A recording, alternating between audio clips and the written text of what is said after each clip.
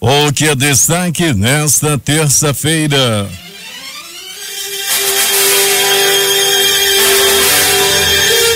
Governo do Amazonas e Ministério das Cidades entregam residencial popular que vai beneficiar mais de 2.000 famílias. STJ mantém afastamento de desembargadora acusada de receber vantagens em troca de decisões judiciárias. O OEA divulga hoje resultados do vestibular e do CIS. Itamaraty intervém, a fronteira é reaberta e os brasileiros deixam a Venezuela. Ação de delator no Congresso rendeu ao menos 8,4 bilhões ao Odebrecht. Câmara não consegue votar renegociações das dívidas dos estados e que pode acontecer hoje. Atentado terrorista contra a feira de Natal em Berlim deixa 12 mortos e dezenas de feridos. Turquia vive horas de tensão. Depois do assassinato do embaixador russo, tiros foram disparados contra a embaixada dos Estados Unidos nesta madrugada. Professor de teatro é preso acusado de estuprar 15 alunos em escola de tempo integral. Feito para matar. Preso o pistoleiro que cobrava 10 mil por execução. Homem morre atropelado na BR-174. Duplo homicídio da madrugada. 2 homens foram executados no Novo Reino. Começa agora o Jornal da Manhã. 5h48. Previsão do tempo. Encoberto a nublado com pancadas de chuvas isoladas é a previsão do Instituto Nacional de Meteorologia que fala em 30 graus de temperatura máxima. O Climatempo diz que é de 60% a probabilidade de chover 7 milímetros com temperatura máxima de 33 graus. O dia amanhece com 24 graus e 90% de umidade no ar. Os ventos estão com 5 km/h de velocidade. Terça-feira, 20 de dezembro. 354º dia do ano. Faltam 11 para acabar 2016. Hoje é o dia de São Severino. Comemora-se o dia do mecânico. O Rio Negro continua subindo. Foram mais 2 centímetros na leitura de ontem no porto de Manaus. Seu nível em relação ao mar estava ontem em 17 metros e 26 centímetros. O aeroporto Eduardo Gomes está operando sem restrições para pousos e decolagem. Registros da história. O que aconteceu nesta data? 1516, fundação da Vila de São Sebastião. 1520. Martinho Lutero queima em Wittenberg, na Alemanha, bula de excomunhão decretada contra ele pelo Papa Leão X. 1907. Instituído o decreto de depósito legal da Biblioteca Nacional do Brasil. 1935, fundação do município de Dourados, do Mato Grosso do Sul, Brasil. 1973, o primeiro-ministro espanhol Almirante Luiz Carrero Blanco é assassinado por um carro-bomba. 1985, proibição da caça comercial às baleias por 5 anos pelo presidente José Sarney. 1995, o voo 965 do Boeing 757 da American Airlines bate em uma montanha 50 quilômetros ao norte de Cali, na Colômbia, matando 160 pessoas. 5h50 em Manaus. Sejam todos bem-vindos ao Jornal da Manhã. Bom dia, Eduardo. Bom dia, Paulo. Até o próximo dia 24 será estendido o horário de atendimento das linhas troncais e radiais que saem do centro e das alimentadoras que saem dos terminais de integração, em função do aumento da demanda de consumidores no período de compras de fim de ano nas áreas de comércio da cidade. Os ônibus que normalmente saem para a última viagem à meia-noite do terminal da Matriz, realizando uma viagem a mais a 1 hora, seguindo para os bairros. As linhas alimentadoras que saem dos terminais de integração T3, T4 e T5 na última viagem acompanharão o horário estendido saindo após a chegada do último ônibus vindo do centro da cidade. O Centro de Atendimento ao Contribuinte da Receita Federal, o CAC São Jorge, atende o público em horário diferenciado. O atendimento vai acontecer até sexta-feira, de 8 até as 14 horas. O horário especial permanecerá em vigor até 13 de janeiro. Após esse período, o horário retoma ao normal em 2 turnos de 7 às 19 horas. A Receita Federal reduz o atendimento nas 2 últimas semanas de dezembro e nas 2 primeiras semanas de janeiro, pois ocorre uma diminuição da procura de atendimento pelos contribuintes em razão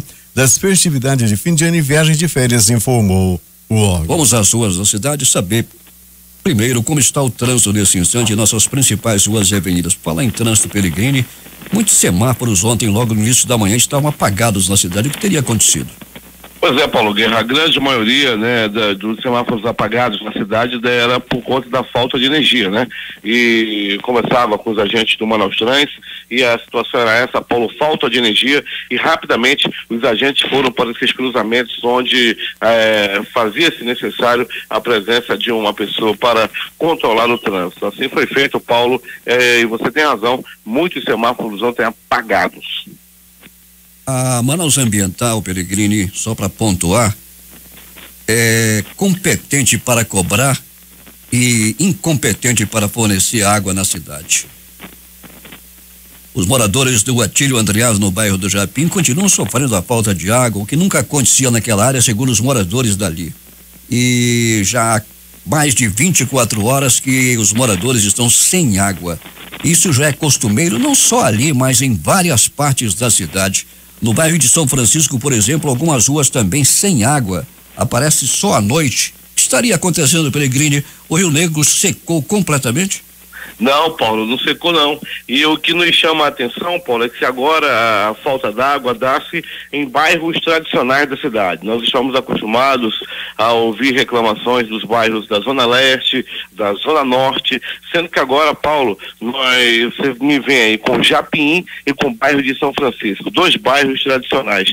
E na semana passada eu estive no bairro do Educandos e Santa Luzia, e a reclamação, Paulo, também não era diferente. Bairro tradicional, como Educandos, o morador me disse que falta água praticamente todo dia, e o mesmo vem acontecendo também no bairro de Santa Luzia. Agora a competência para cobrar a fatura, eu vou te contar, é excelente. Mas, Peregrini, vamos tratar do trânsito na cidade. Como é que está nesse instante? Tranquilo, Paulo, tranquilo. Nós temos aí uma movimentação, né, abaixo do que nós estamos acostumados a ver nessa hora. Nós já estamos acostumados a ver alunos, né, Paulo, nesse momento, nessa hora que nós estamos nesse momento, para pessoal que já está indo para o terminal, pessoal que vai pegar ônibus para ir para aula, sai um pouquinho mais cedo, quem não estuda no seu bairro. Com as férias escolares, a movimentação agora é bem menor. Terminal 3, já passamos agora há pouco, o terminal da Cidade Nova, no terminal 4 também, que faz parte do nosso caminho, quando saímos do Instituto Médico Legal até a chegada do pronto-socorro João Lúcio, nós passamos pelo terminal 3, pelo 4 e pelo 5. E nós verificamos essa movimentação que é muito tranquila nesse momento, os trabalhadores chegando para apoiar o coletivo e sem a presença de alunos, Paulo. Flanelinhas fazem a festa no centro da cidade, população reclamando muito ontem e principalmente pela falta de vagas também, Peregrini. Até que o Manaus Trans disponibilizou algumas mais, né, na área da 7 de setembro, mas com a alta demanda das pessoas que vêm comprar no centro da cidade, dos clientes que chegam para a compra de Natal, essas compras estão ficando cada vez mais escassas. E os preços também, Paulo, em alguns estacionamentos subiram aí na área central. Roberto Peregrini, tivemos um duplo homicídio nesta madrugada. Onde aconteceu? Foi no bairro Novo Reino, Paulo. Bairro Novo Reino, área que você conhece muito bem, área da zona leste da cidade. Para quem não sabe, o Novo Reino fica vizinho ao bairro Grande Vitória, ao bairro Cidade do Leste também, a área da zona leste da cidade. Paulo Guerra, 2 homens que estavam juntos, estavam conversando quando apareceram os assassinos e dispararam várias vezes contra os corpos desse homem. O detalhe, Paulo Guerra, é que se alguém viu, não quis dizer, a situação muito complicada, as pessoas que testemunharam o crime disseram que não viram nada, ninguém quer se comprometer, a polícia já está trabalhando, os primeiros procedimentos de perícia já foram feitos nesses 2 homens, nesse duplo homicídio ocorrido ontem na área da zona leste da cidade. Alberto Peregrini vai voltar daqui a pouco contando tudo o que aconteceu na noite e madrugada. Também tivemos um homem que morreu atropelado, mas ele vai trazer os detalhes daqui a pouco. Bom trabalho para você. Muito bem, Paulo, daqui a pouco a gente vai voltar sim com essas e outras informações de pronto-socorro também. Vamos trazer tudo detalhado daqui a pouquinho dentro do nosso noticiário policial. 5h56 em Manaus. A Fundação Emoan vai inaugurar hoje, às 9 horas, o espaço de recreação infantil do Bloco E no térreo da sede da instituição. O espaço de recreação visa atender as crianças portadoras de leucemias e outras doenças do sangue tratadas da Fundação Emoan. Esse projeto foi apoiado pelo Instituto Ronald McDonald que dedicou um aporte de R$35 mil para a sua execução, intermediado pelo Grupo de Apoio à Criança com Câncer. O novo secretário de Estado de Administração e Gestão SEAD, Silvio Romano, tomou posse amanhã desta segunda-feira, em ato realizado na sede do governo, na presença do governador José Melo e do secretário da Casa Civil, José Alves Pacífico. Romano assumiu tendo como uma das prioridades tocar o projeto de modernização da gestão administrativa do governo, que está em andamento e que promete otimizar o desempenho da máquina pública.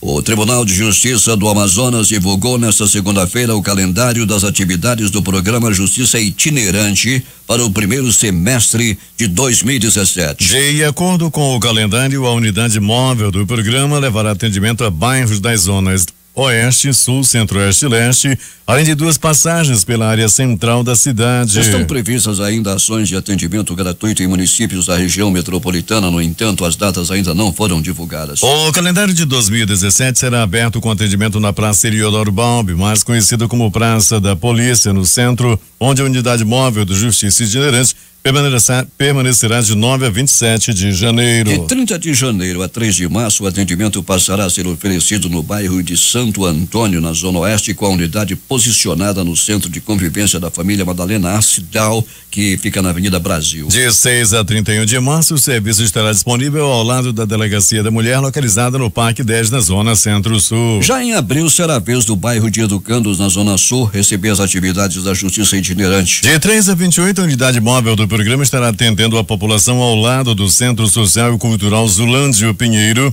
que fica na Rua Inocêncio de Araújo, número 1. De 2 de maio a 2 de junho, a unidade móvel estará atendendo no bairro Cidade de Deus, posicionada ao lado da Delegacia da Mulher, que funciona naquele bairro da Zona Leste.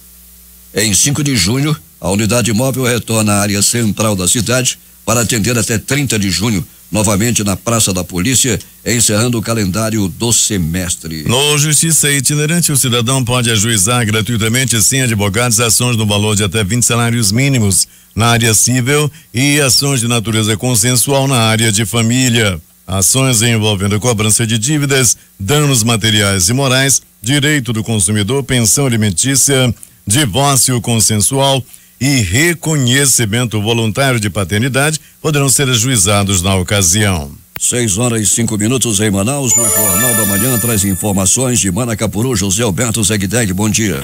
Bom dia, Paulo. Bom dia, ouvintes da difusora. Bem, Paulo, prefeitos, vice-prefeitos e vereadores eleitos para o mandato eletivo dos próximos 4 anos no município de Manacapuru foram oficialmente diplomados na manhã de ontem pelo Tribunal Regional Eleitoral, o TRE. Doutora Vanessa Leite Mota, que presidiu a solenidade, fez a abertura dos trabalhos, parabenizando os candidatos eleitos, mas pedindo todo investimento nos votos confiados pelo povo. Após a solenidade, o prefeito eleito nos concedeu a entrevista e falou da alegria e da responsabilidade que o espera. É um momento único, é um momento de muita felicidade. Eu sei de onde eu vim, como comecei minha vida, tive bons exemplos. Meu pai sempre vai ser uma grande referência para mim. É um homem honrado, um homem digno. O diploma é apenas um ato simbólico que faz com que a gente seja reconhecido de forma legalmente. Mas o nosso diploma maior vai ser o nosso trabalho. Mostrar para o povo de Manacapuru que pode ser governado pelo seu filho. Os problemas são grandes, mas não são maiores do que a minha vontade de fazer pelo povo de Manacapuru. Portanto, é um momento de euforia, de alegria agora, mas sei que no dia 1º de janeiro de 2017 eu entro com uma responsabilidade muito grande com o povo de Manacapuru. Sou responsável por todas as vidas desse município. Só tenho a agradecer esse povo. A melhor forma de agradecer é trabalhando por ele. O vice-prefeito Raimundo França, o Capela, também falou do mandato que ocupará a partir de 2017. Como você disse, esse é o diploma que nos dá o direito de ser prefeito, um diplomado. Mas o verdadeiro diploma nós vamos, se Deus quiser, conquistar daqui a 4 anos. Com humildade, simplicidade e com o povo, nós vamos tirar Manacapuru da situação que se encontra. A esperança é muito grande e a responsabilidade também. Nós não podemos errar. Nós não podemos entrar no braço do povo, mas sair no braço do povo. Isso que é mais importante para mim. Bem, Paulo, a doutora Vanessa aproveitou para fazer também seus agradecimentos. essa solenidade, eu aproveito inicialmente para agradecer o apoio do TRE. O desembargador Iedo, o desembargador João Simões foram incansáveis no auxílio à sexta zona eleitoral, atendendo todos os nossos pleitos. Agradecer ao trabalho dos servidores do cartório eleitoral. Nós contamos nesse pleito com o apoio da Polícia Militar, da Polícia Civil, a Polícia Federal e do Exército. Então, essas três forças ajudaram a manter a ordem, a paz social e a lisura do pleito. A OAB, os advogados que atuaram no pleito e muito colaboraram com a justiça. Agradecer também a população de Manacapuru, conforme eu falei ainda há pouco, que de uma forma ordeira fez com que essa eleição fosse uma verdadeira festa da democracia. Então, além de agradecer, eu quero assumir o compromisso com essa população, de que nós, da Justiça Eleitoral, vamos continuar trabalhando para que seja sempre feita a vontade do povo. Por fim, um coquetel foi servido aos convidados e o hall do pequeno auditório se transformou numa grande festa.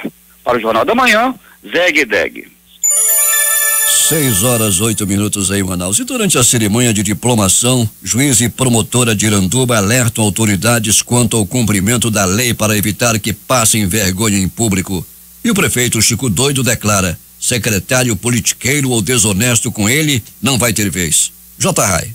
A Justiça Eleitoral diplomou na manhã de ontem os candidatos eleitos em Iranduba em 2 de outubro deste ano. Os primeiros a receberem os diplomas foram os 19 suplentes das 7 coligações com candidatos proporcionais eleitos. Em seguida, por ordem alfabética, foi feita a diplomação dos 13 vereadores e, por último, do prefeito eleito Francisco Gomes, o Chico Doido, do Democratas, e do vice-prefeito Eduardo Cavalcante, do Partido Ecológico Nacional, PEN. O juiz da 56ª Zona Eleitoral, Jorcenildo Dourado, e a promotora eleitoral Carla Guedes, em seus pronunciamentos, deram orientações fundamentais aos diplomados. O vereador, o prefeito, tem que fazer política pública, mas, acima de tudo, cumprir a Constituição, cumprir a lei orgânica e cumprir as leis deste país. Então, exerça o mandato dos senhores em nome do povo, para que depois vocês não sejam instados e passem vergonha perante aqueles que votaram nos senhores. Façam os papéis para os quais os senhores foram escolhidos. Executem e legislem em benefício do povo, nunca em proveito próprio. O prefeito eleito Chico Doido falou das prioridades iniciais do seu governo. Botar remédio no hospital, ver a situação dos hospitais, botar para funcionar dignamente e a gente limpar a cidade e daí para frente tocar o nosso trabalho dia a dia. Tenha paciência, que nós vamos trabalhar unidos, se Deus quiser, para reconstruir nossa Iranduba. Quanto ao futuro secretariado... O secretariado vocês só vão saber dia 1º. Pessoas que queiram assumir um compromisso com o povo. Não é aquela pessoa que queira vir para a secretaria, querer se dar bem na vida ou querer fazer política. Isso eu não vou aceitar na minha gestão. O prefeito também destacou que pretende trabalhar em harmonia com a Câmara de Vereadores e defendeu chapa única para a escolha do novo presidente da Casa Legislativa no dia 1º de janeiro. A cerimônia de diplomação foi realizada no plenário da Câmara de Vereadores. Autoridades, familiares e amigos dos diplomados prestigiaram o evento. J. Rai para o Jornal da Manhã. 6h11. Atendendo solicitação do líder do PR na Assembleia Legislativa, a deputada estadual Cabo Maciel do PR, o governador José Melo, em resposta, acatou que o Centro Educacional de Tempo Integral 7 de Itacoatiara receba o nome de Moisés Benarroz Israel. Uma recepção para os calouros da Universidade do Estado do Amazonas será realizada nesta terça-feira. A lista dos aprovados no vestibular e no sistema de ingressos seriado SIS 2016, acesso 2017, estará disponível a partir das 10 horas na área externa do prédio da reitoria, na Djalma Batista, e a partir das 12 horas a lista dos aprovados estará disponível no portal da instituição no www.ea.edu.br.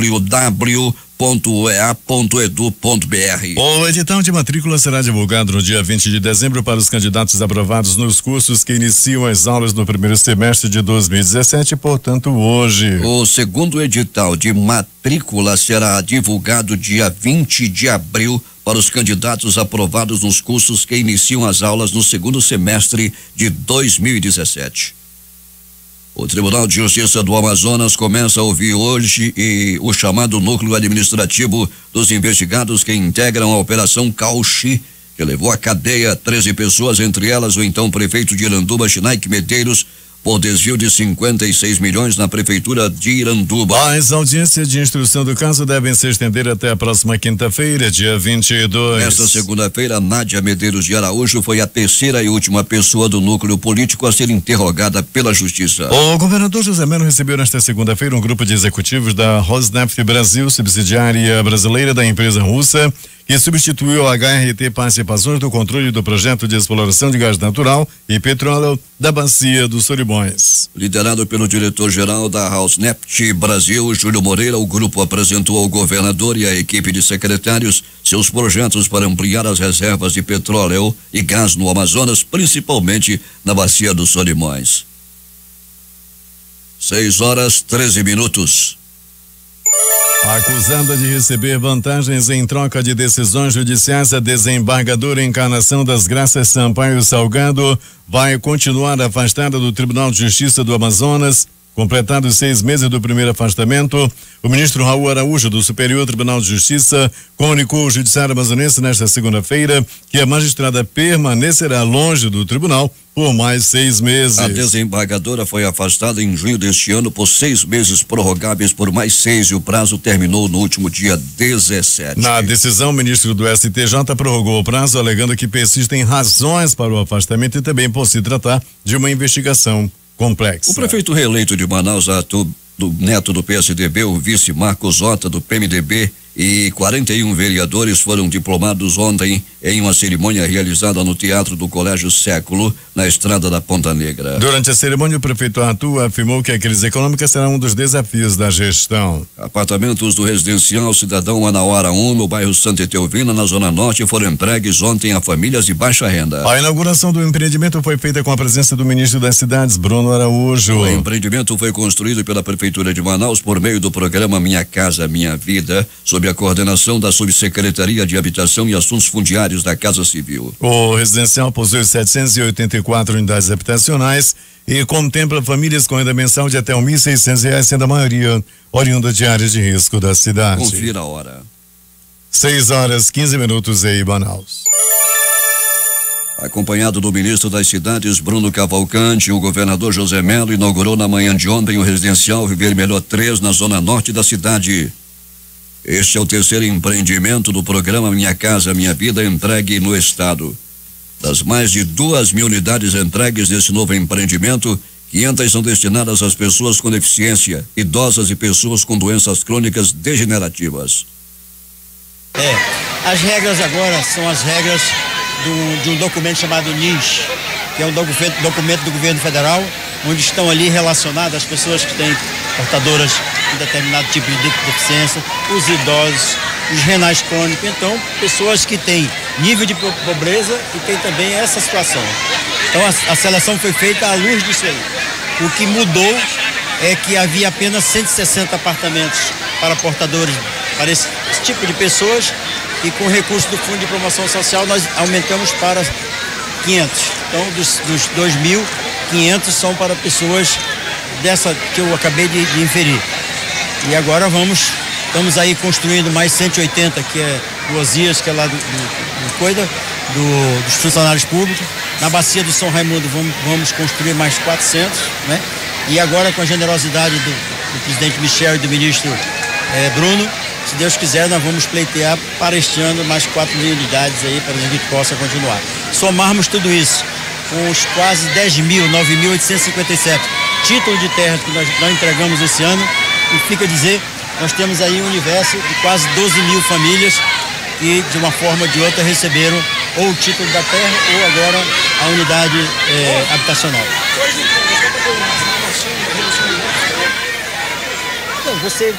O residencial vai beneficiar cerca de 10.000 pessoas que possuem renda mensal de até R$1.600. O ministro das Cidades, Bruno Cavalcante, ressalta a parceria e o investimento do residencial e mais 131 milhões com contrapartida do governo do estado de quase 8 milhões. Mas, se Deus quiser, o país volta a crescer e aí vamos deslanchar aí com 20 mil novas unidades, etc., para as pessoas.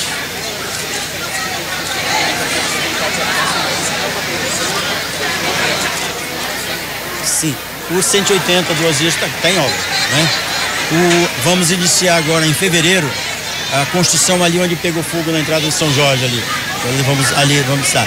E estamos agora, vamos voltar para o lado de cada de São Raimundo para poder fazer o mesmo trabalho que fizemos do outro lado, e ali também vai ter umas unidades habitacionais.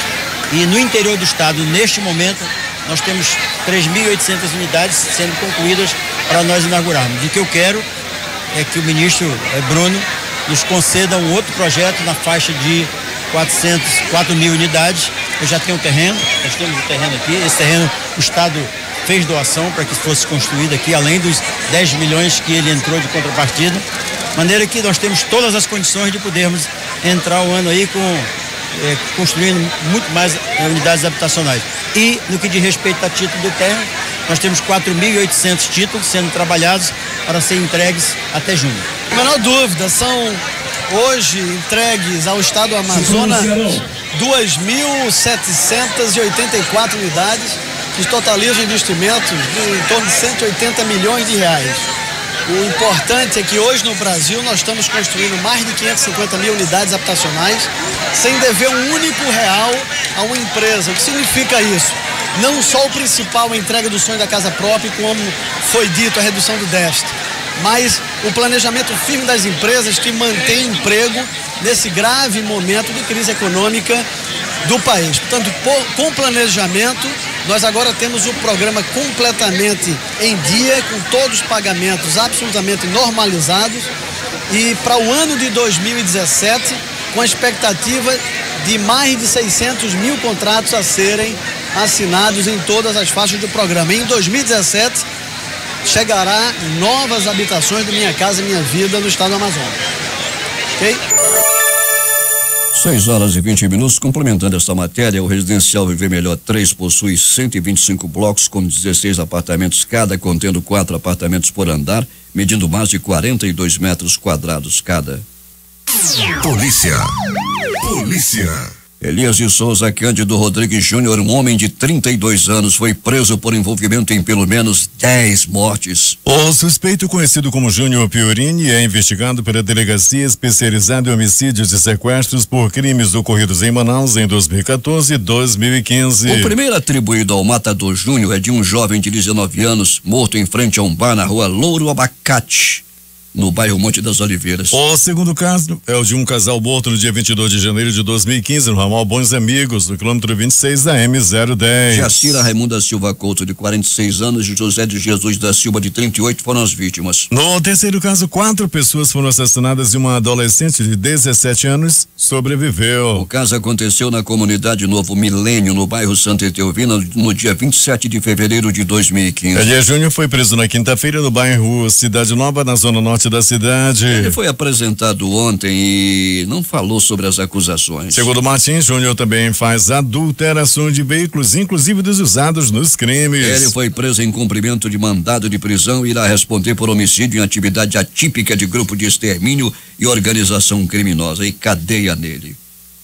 O professor de teatro da Rede Estadual de Educação, Varildo Alves de Almeida, ele tem 50 anos, foi preso pela polícia. Ele é suspeito de ter estuprado, explorado sexualmente e praticado maus tratos em pelo menos 15 alunos de uma escola de tempo integral da Zona Norte de Manaus, todos do sexo masculino com idades entre 13 e 17 anos. De acordo com a delegada especializada em proteção à criança e ao adolescente, Juliana Tuma, o suspeito oferecia dinheiro, objetos e papéis principais nas peças teatrais para atrair os jovens. A delegada informou que as investigações iniciaram em agosto deste ano após uma denúncia, mas os crimes começaram a ser praticados no final de 2015. Durante a apuração das denúncias, a polícia descobriu que Varildo tinha a intenção de sair de Manaus e ir para o interior do estado. para se dar bem, para ministrar cursos de teatros em outras unidades de ensino. Para evitar que ele conseguisse praticar esses crimes com outros jovens, solicitamos a prisão preventiva dele, que foi autorizada em novembro, falou a delegada. Durante as investigações, a polícia identificou que os estupros e as explorações sexuais contra os jovens foram praticados dentro da escola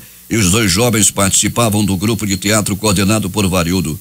Os crimes de maus tratos também eram praticados dentro do estabelecimento. Ele não era funcionário efetivo da escola, ele era voluntário e dava aula de teatro desde 2014, tinha amplo acesso à unidade. Nada era monitorado pela direção da escola, falou Tuma. Todos os crimes, segundo a delegada, foram praticados contra adolescentes com idades entre 13 e 17 anos. Um dos adolescentes falou à polícia que era estuprado pelo professor e que após os atos ele oferecia por entre R$2 e R$3, além de objetos como um computador. Durante nossas investigações, descobrimos ainda que ele cumprimentava os alunos passando a mão nas nádegas das vítimas. E em interceptações telefônicas autorizadas pela justiça, ele aparece convidando alunos para manterem relações sexuais com ele, disse a delegada. Após as investigações da Polícia Civil, Varildo sumiu da escola. No entanto, foi localizado no último sábado, após a polícia ter descoberto que ele estava trabalhando como carnavalesco de uma escola de samba. No momento da prisão, ele estava no campo do Conjunto Oswaldo Frota, na Cidade Nova, na zona norte de Manaus. 6h26 em Manaus. Alberto Peregrino, o que aconteceu na noite e madrugada na cidade? Muito bem, Paulo, vamos falar das notícias da noite e madrugada depois do apalpador que foi preso pela polícia. Paulo Guerra, pronto-socorro, 28 de agosto, plantão considerado tranquilo durante a noite e madrugada com apenas 2 atendimentos. Um deles por acidente de trânsito, outro por agressão física. Pronto-socorro Platão Araújo, movimentação também considerada das mais tranquilas durante toda a noite e madrugada. Entretanto, no Platão Araújo, uma pessoa deu entrada à vítima de agressão física, uma outra pessoa deu entrada à vítima de arma de fogo. No pronto-socorro João Lúcio, o gigante da zona leste da cidade, também viveu plantão considerado tranquilo durante toda a noite e madrugada. Uma pessoa deu entrada à vítima de agressão física, levou murros, chutes, socos, pontapés e alguns bofetes e deu entrada por volta de 22h10 no pronto-socorro João Lúcio. Uma pessoa também vítima de acidente de trânsito, uma queda de moto ocorrida na altura da Avenida Altaz Mirim, proximidades da rotatória do Distrito Industrial, a rotatória da Samsung. O homem deu entrada por volta de 21 horas. Ele estava, Paulo Guerra, com várias escoriações pelo corpo e foi levado por uma ambulância do SAMU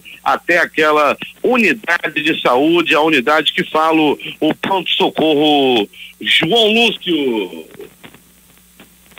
De polícia, a Secretaria de Segurança reforçou e muito o policiamento na área central da cidade, e já é público, Paulo, já é notório a diminuição na criminalidade na área central da cidade. 2 infratores foram presos após efetuarem um roubo. O senhor conhecido como José teve uma bolsa com seus documentos, com dinheiro, com o celular roubado. Daí entraram em ação os policiais da 6ª Sicom e recuperaram os pertences do seu José. Um flagrante no 15º DIP. Foram apreendidas 28 porções de substância de entorpecente, tipo oxi maconha, na rua Tuerê, no Monte das Oliveiras.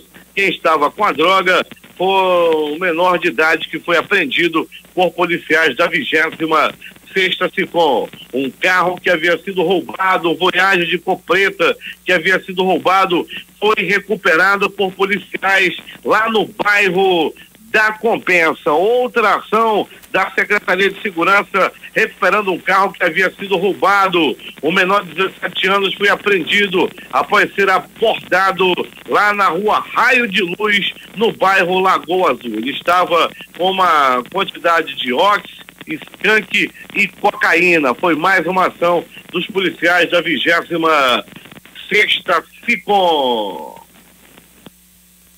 Daí, Paulo Guerra, foram presos também à noite e madrugada mais 2 homens que estavam armados e roubando o celular, Um foi preso por policiais da 24ª SICOM, na área central da cidade. O outro, que estava armado com revólver calibre 38, estava roubando, estava ameaçando suas vítimas. Ele roubava celular armado com revólver calibre 38, foi preso por policiais da 17ª SICOM.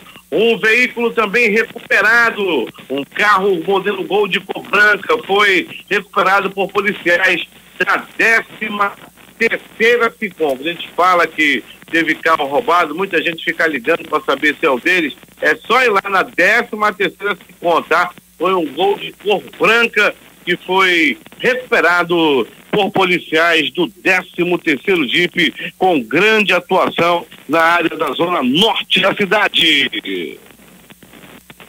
Agora, as notícias do Instituto Médico Legal. Saiba agora quem foi para a pedra nas últimas 24 horas.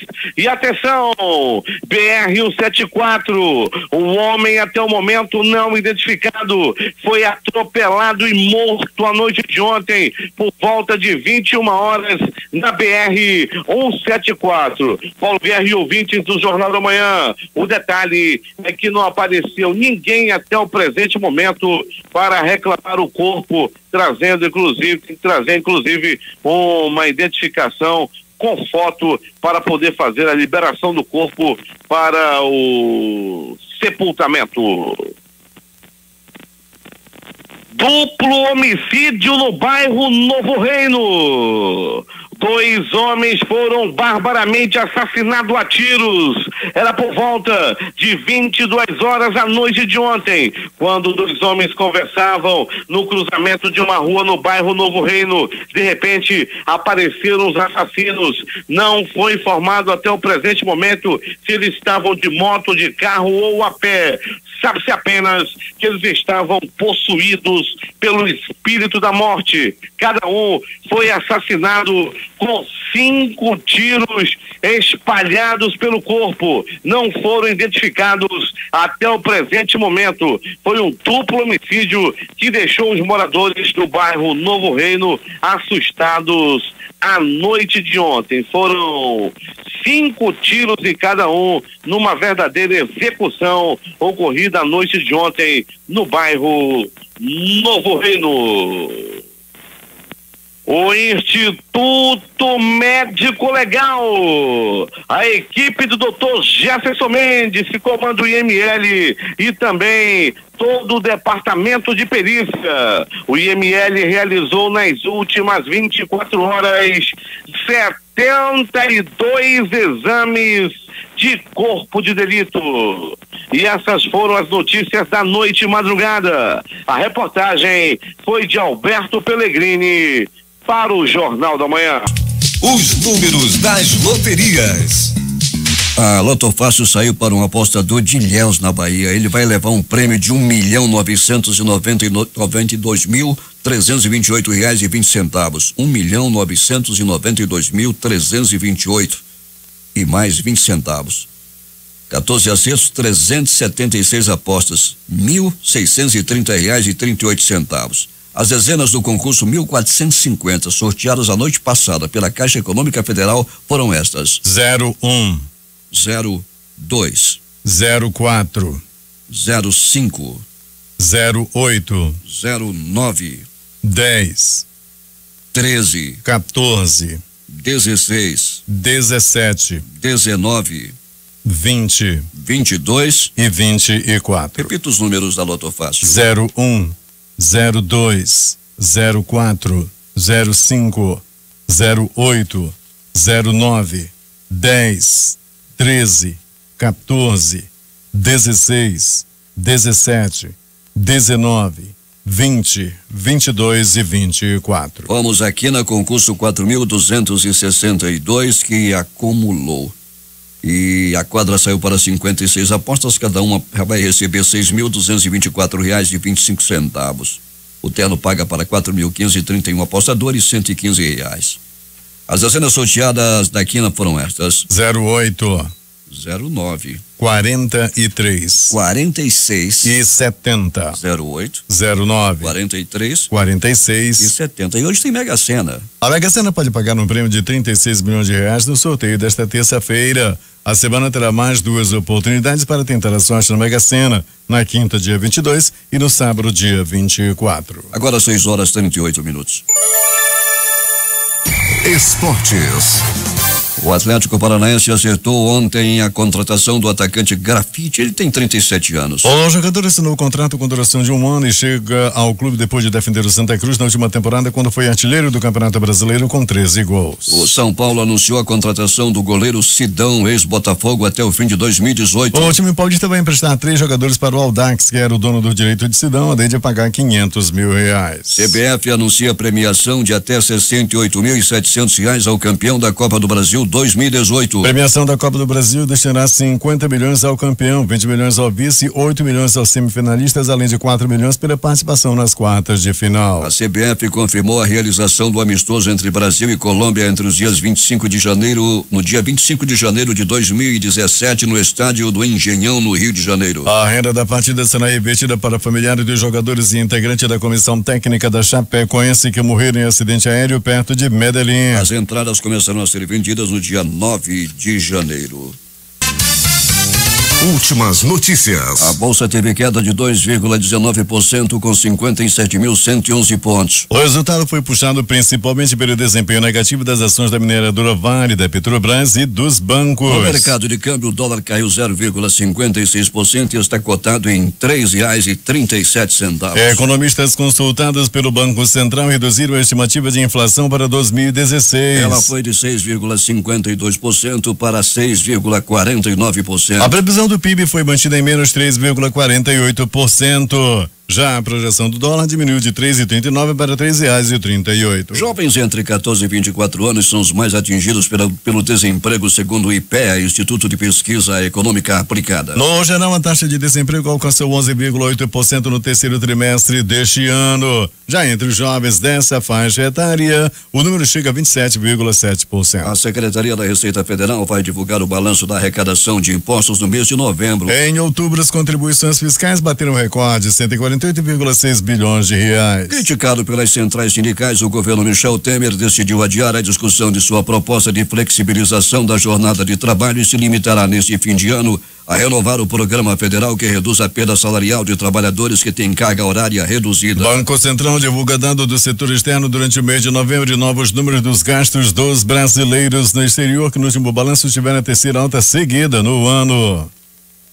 Um relatório mensal sobre o clima global divulgado nesta segunda-feira por cientistas do governo dos Estados Unidos ofereceu mais evidências de que 2016 provavelmente será o ano mais quente de tempos modernos, após o gelo do mar em ambos os polos ter atingido mínimos recordes. Além da emissão de gases de estufa pela queima de combustíveis fortes, uma forte tendência do El Niño na primeira metade do ano aumentou as temperaturas do Oceano Pacífico Equatorial e exacerbou o aquecimento. Mas a média de temperatura dos 11 primeiros meses do ano foi excepcionalmente elevada. A temperatura acumulada no ano em toda a superfície terrestre e oceânica foi de 0,94 graus Celsius, acima da média do século XX de 14 graus centígrados, disse o relatório da NOAA. O presidente Michel Temer editou 5 novas medidas provisórias que estão publicadas hoje no Diário Oficial da União. Uma delas, a de número 755/2016, trata de repasse do Fundo Penitenciário Nacional ausentes da Federação. A MP 755 modifica a Lei Complementar número 79 para dispor sobre a transferência direta de recursos financeiros do Fundo Penitenciário Nacional aos fundos dos estados e do Distrito Federal.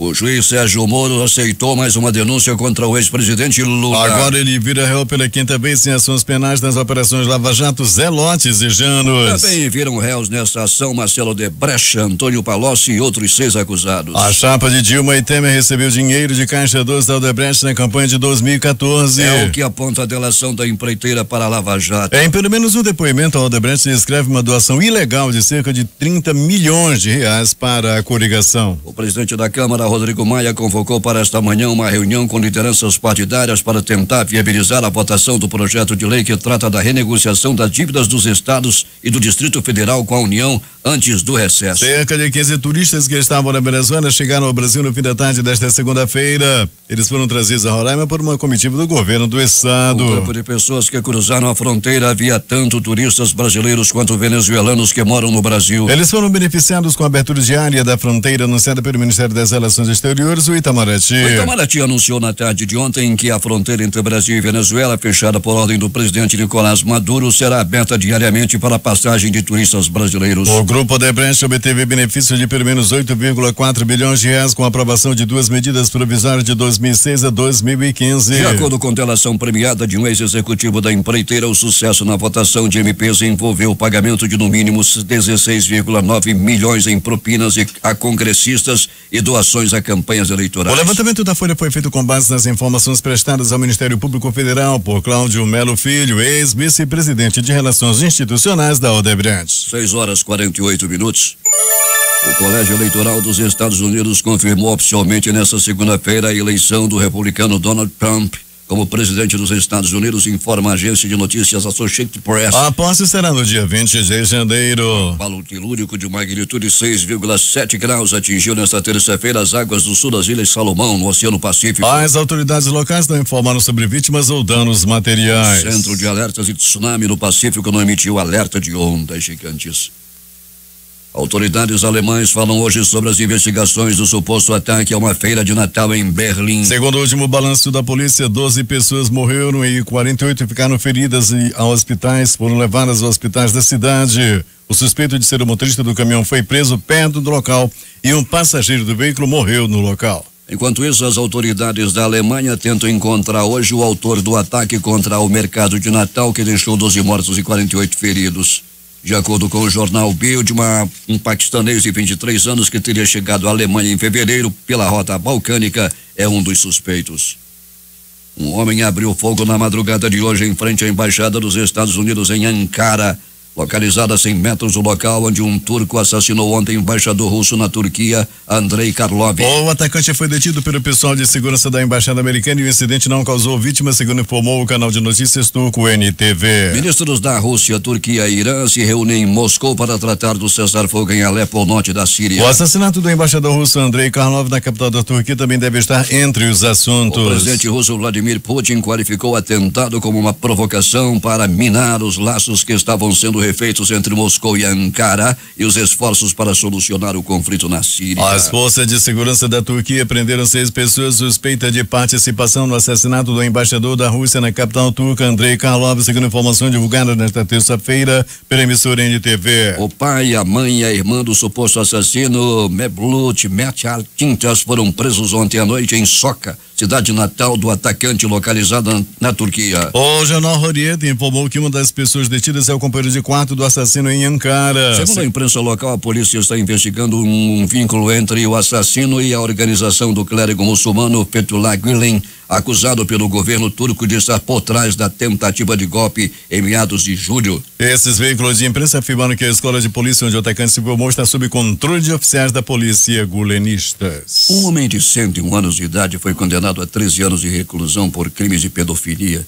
Entre eles, alguns que ocorreram há mais de 4 décadas nesta segunda-feira por um tribunal de Birmingham, no centro da Inglaterra. Rob Clark, motorista de caminhões aposentado, foi julgado por ter estuprado 3 menores, entre eles uma menina de 7 anos, entre 1974 e 1984, em sua casa e em seu veículo. Você parece ser um homem velho e frágil. No entanto, fica claro que, apesar de ter reconhecido ser culpado, você não sente nenhum remorso, declarou o juiz Richard Bond.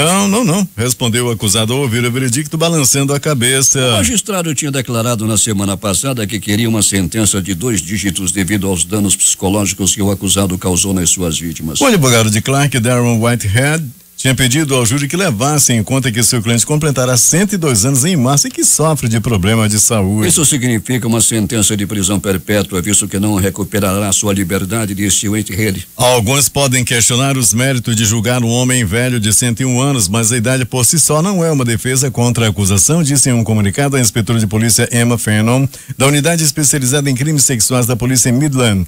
região central da Inglaterra, cuja cidade de referência é Birmingham. No Reino Unido não existe um prazo de prescrição para crimes sexuais.